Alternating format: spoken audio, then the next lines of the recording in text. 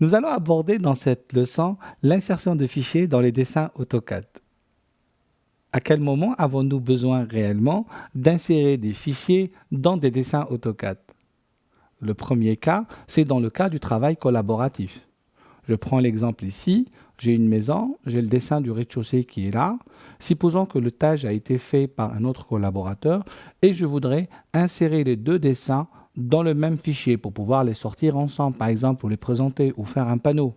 On peut imaginer un grand projet qui va être découpé entre plusieurs collaborateurs. Chacun va travailler sur une partie, mais chaque collaborateur aura besoin de voir l'état d'avancement de son collègue.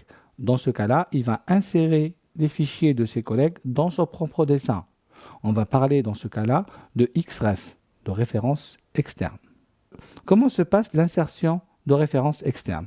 Nous allons passer ici dans l'onglet Insertion. Et on va aller ici dans Références. Et on a ici un bouton qui s'appelle Attacher. Je vais attacher une référence externe.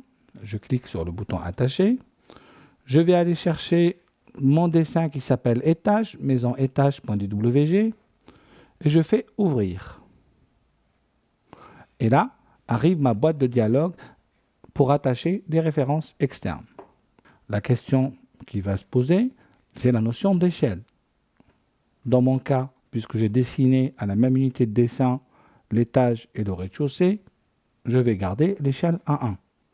Le point d'insertion où je prends le 0, 0, si on a déterminé ensemble le même point d'insertion, à ce moment-là, le dessin va s'insérer automatiquement au bon endroit, ou je laisse spécifier à l'écran, et nous allons le faire tout à l'heure au moment de cliquer sur OK. La rotation et les unités de bloc. Le type de référence, est-ce que je le mets en association? Il sera associé au superposé.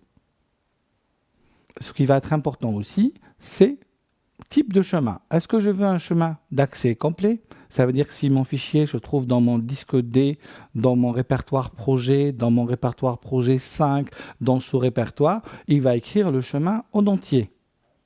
Ou un chemin d'accès relatif, ce qui voudrait dire que si les deux dossiers sont dans le même chemin, il va pouvoir les retrouver.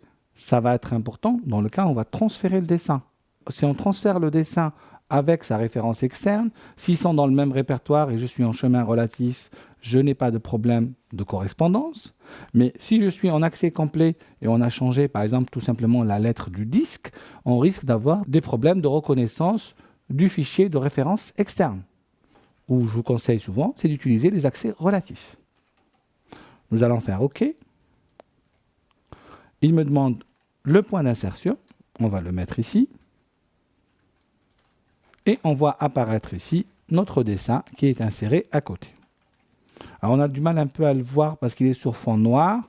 Je vais changer ici et basculer pour cette partie-là sur un fond blanc, ce qui va permettre de voir mieux la référence externe. Donc vous vous rappelez bien, c'était option, couleur, arrière-plan 2D et on va prendre le blanc.